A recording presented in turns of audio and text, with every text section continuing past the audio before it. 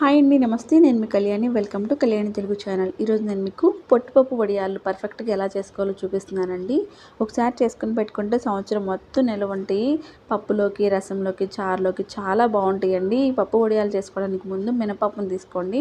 నేను ఇక్కడ గుళ్ళపప్పు కేజీ వరకు తీసుకున్నానండి. ఒక 2-3 సార్లు శుభ్రంగా పప్పుని కడగండి. ఆ తర్వాత తగినన్ని నీళ్లు పోసుకుని ఒక నైట్ మొత్తం నానబెట్టుకోండి. ఉదయానికి ఇలా పప్పు అయితే నానిపోయిందండి. పప్పులోకి కొంచెం ఫ్రెష్ వాటర్ వేసుకుని ఇంకొకసారి శుభ్రంగా వాష్ చేసుకున్న తర్వాత గ్రైండర్లోకి వేసుకుని గ్రైండ్ చేసుకోండి. ఈ పప్పు కాస్త నలిగే లోపల వేరొక మిక్సీ జార్ తీసుకోండి. పప్పులోకి కావాల్సిన మసాలా చేసుకోవడానికి ఇందులోకి ఒక 10 పచ్చిమిరపకాయలు ఇలా కట్ చేసుకుని వేసుకోండి. ఒక 50 గ్రాముల వరకు అల్లాన్ని శుభ్రంగా కడిగి ఇలా ముక్కల కింద కట్ చేసుకుని వేసుకోండి. 1 టేబుల్ స్పూన్ జీలకర్ర, కొద్దిగా కరివేపాకు కూడా వేసుకోండి. కరివేపాకు అనేది మీ ఆప్షన్ అండి, కావాలనుకుంటే వేసుకోండి, లేకపోతే స్కిప్ చేసేయండి. ఇవన్నీ వేసుకున్నాక ఒకసారి మిక్సీ పట్టుకోండి. మరీ మెత్తగా ఉండకూడదు, ఇలా కోర్సుగా మిక్సీ పట్టుకోండి. నేను చూపిస్తున్నట్టు ఉంటే పర్ఫెక్ట్గా ఉన్నట్టండి. ఈ మసాలాని పక్కన పెట్టుకోండి. పప్పు కూడా ఆల్మోస్ట్ నలిగిపోయిందండి. ఇందులోకి వాటర్ మొత్తం ఒకటేసారి కాకుండా ఎంత అవసరం పడుతుందో అంతా చూసుకుని కొద్దిగా వేసుకుంటూ గ్రైండ్ చేసుకోవాలి. అలాగే రుచికి సరిపడా సాల్ట్ని కూడా వేసేసుకోండి. వేసుకుని కొద్దిగా కలుపుకుంటూ ఉండండి. మనం చేయి పెట్టే తిప్పుకోవాల్సిన అవసరం లేదు, ఇలా గరిటతో తిప్పుకున్నా కూడా చాలా ఈజీగా ఉంటుంది. ఇందులోకి మీరు గ్రైండ్ చేసుకుని పెట్టుకున్న పచ్చిమిర్చి, అల్లం పేస్ట్ని కూడా వేసేసుకుని ఇంకొక 2-3 నిమిషాల పాటు గ్రైండ్ చేసుకుంటే సరిపోతుందండి. మీరు పొట్టుపప్పు అవైలబుల్ ఉంటే పొట్టుపప్పుతో చేసుకోండి, వడియాలు చాలా బాగుంటాయి. నా దగ్గర పొట్టుపప్పు అవైలబుల్ లేదు, అందుకే నేను నార్మల్ గుళ్ళతోనే చేస్తున్నాను. పప్పు అయితే ఆల్మోస్ట్ నలిగిపోయిందండి. పప్పు నలిగింది లేని ఒకసారి చేతితో తీసుకుని ఇలా వడియాలు వేయడానికి వస్తుందో లేదో చెక్ చేసుకోండి. ఇలా ఉంటే పర్ఫెక్ట్గా ఉన్నట్టండి. ఈ కన్సిస్టెన్సీ ఉన్నప్పుడే పిండిని గిన్నెలోకి తీసేసుకోండి. మన గారెల పిండి ఎలా రుబ్బుకుంటామో ఆ కన్సిస్టెన్సీలో ఉంటే సరిపోతుందండి. ఈ రుబ్బుకున్న పిండిని వెంటనే ఒకసారి బాగా కలుపుకోవాలి. మనం వడియాలు వేసుకునే ముందు ఒకసారి కంపల్సరీ కలుపుకోవాలండి. ఎయిర్ బబుల్స్ అనేది లేకుండా ఉంటుంది.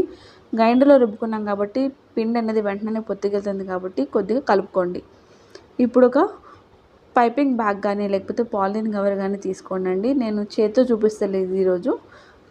ఇలా కోన్ షేప్ ఉన్న పైపింగ్ బ్యాగ్ అయితే తీసుకున్నాను. ఈ బ్యాగ్ని ఇలా గ్లాస్లోకి కానీ లోటాలోకి కానీ పెట్టేసుకుని పప్పు మొత్తం ఫిల్ చేసుకోకూడదు, సగం వరకు ఫిల్ చేసుకోండి.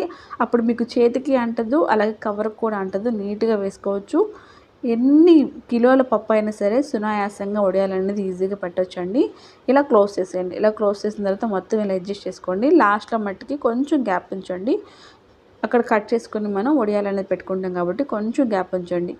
ఇప్పుడు సన్లైట్కి ఒక పాలిథిన్ కవర్ కానీ లేకపోతే క్లాత్ కానీ రెడీ చేసుకుని పెట్టుకోండి. క్లాత్ పైన వేసుకునే వాళ్ళు క్లాత్ని బాగా తడిపి వాటర్ అనేది లేకుండా గట్టిగా పిండి వేసుకోవాలండి.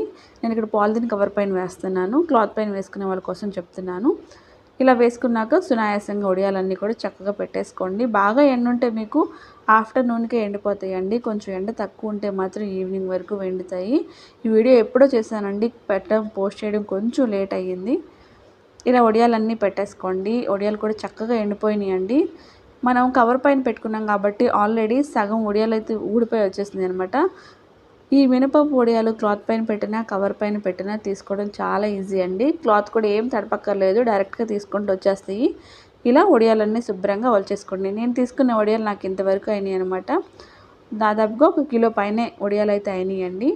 వీటిని ఫ్రై చేసుకోవడానికి గ్యాస్ ఆన్ చేసుకుని కడాయి పెట్టుకోండి. డీప్ ఫ్రైకి సరిపడా ఆయిల్ పోసుకోండి. ఆయిల్ కొంచెం లైట్గా వేడెక్కిన తర్వాత ఈ పప్పు వడియాల్ని వేసేసుకోండి. హై ఫ్లేమ్లో పెట్టి అస్సలు ఫ్రై చేయకూడదు, లో ఫ్లేమ్లో పెట్టుకుని ఫ్రై చేసుకోండి. మంచి గోల్డెన్ కలర్ వచ్చేంతవరకు ఫ్రై చేసుకుని ఒక ప్లేట్లోకి తీసేసుకోండి. అంతే అండి, ఎంతో టేస్టీగా ఉండే మినపప్పు వడియాలు అయితే రెడీ అయిపోయినాయండి. వేడి వేడి అన్నం పెట్టుకుని కాస్త పప్పు కానీ రసం కానీ సాంబార్ కానీ వేసుకుని పక్కన సైడ్ డిష్ కింద తినండి. టేస్ట్ అదిరిపోతుంది. వడియాలు కూర కూడా చేసుకోవచ్చు అండి. అది ఎలా చేసుకోవాలో కమింగ్ సూన్ నేను చేయడానికి అయితే ట్రై చేస్తాను.